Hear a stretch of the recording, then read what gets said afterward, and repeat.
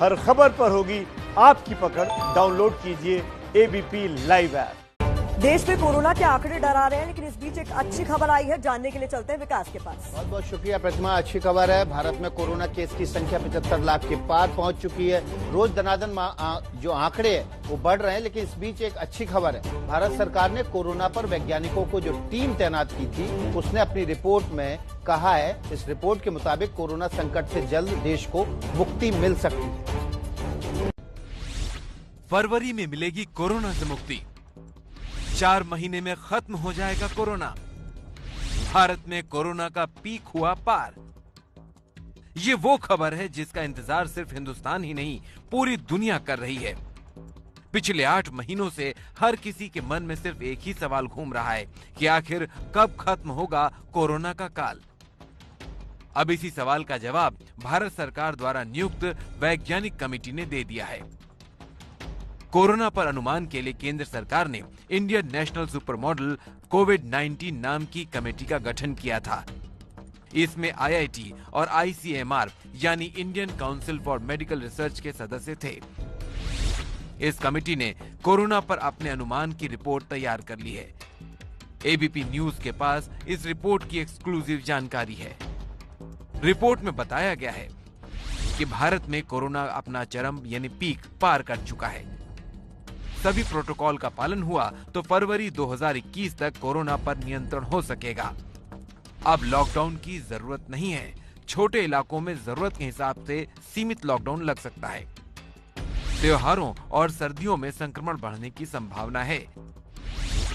फरवरी 2021 तक 1 करोड़ से ज्यादा मामले हो सकते हैं। सितंबर के महीने में कोविड के इन्फेक्शन भारत में अधिकतम सीमा पे पहुंच चुके हैं और सितंबर के बाद अब धीरे धीरे उनकी संख्या कम होती जा रही है। और यदि हमने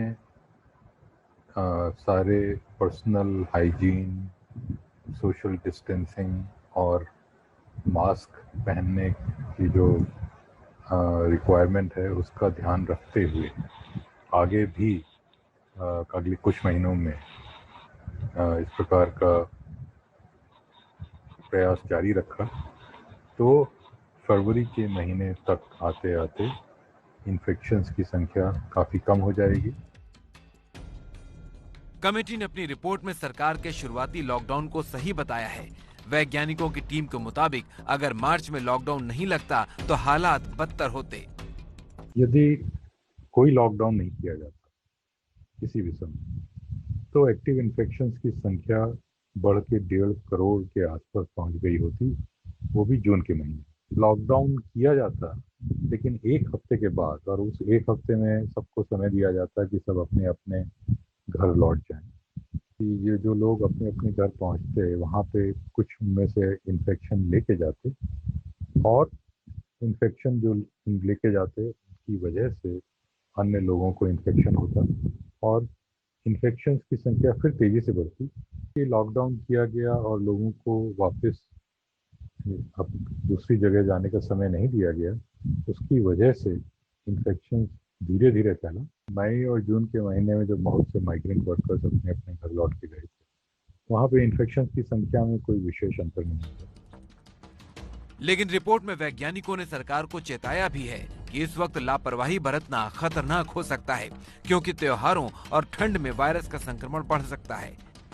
रिपोर्ट में केरल का उदाहरण देकर बताया गया है कि ओणम के वक्त केरल में कोरोना तेजी से फैला। सितंबर में केरल में 32% तक संक्रमण की संभावना बढ़ गई थी।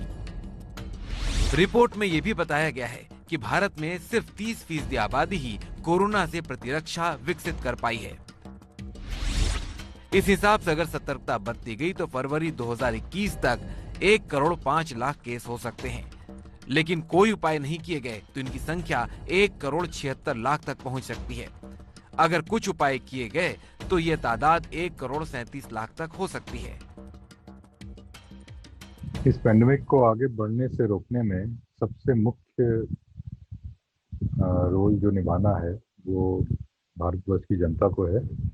यदि हमने ऐसा नहीं किया और इन सब चीज़ों का ध्यान नहीं रखा, 1 महीने के अंदर ही एक्टिव इन्फेक्शन की संख्या फिर से बढ़ेगी और बढ़ के 25 लाख से भी अधिक हो जाएगी, जो कि सितंबर के महीने में 10 लाख के आसपास था और इस समय 8 लाख से भी कम है।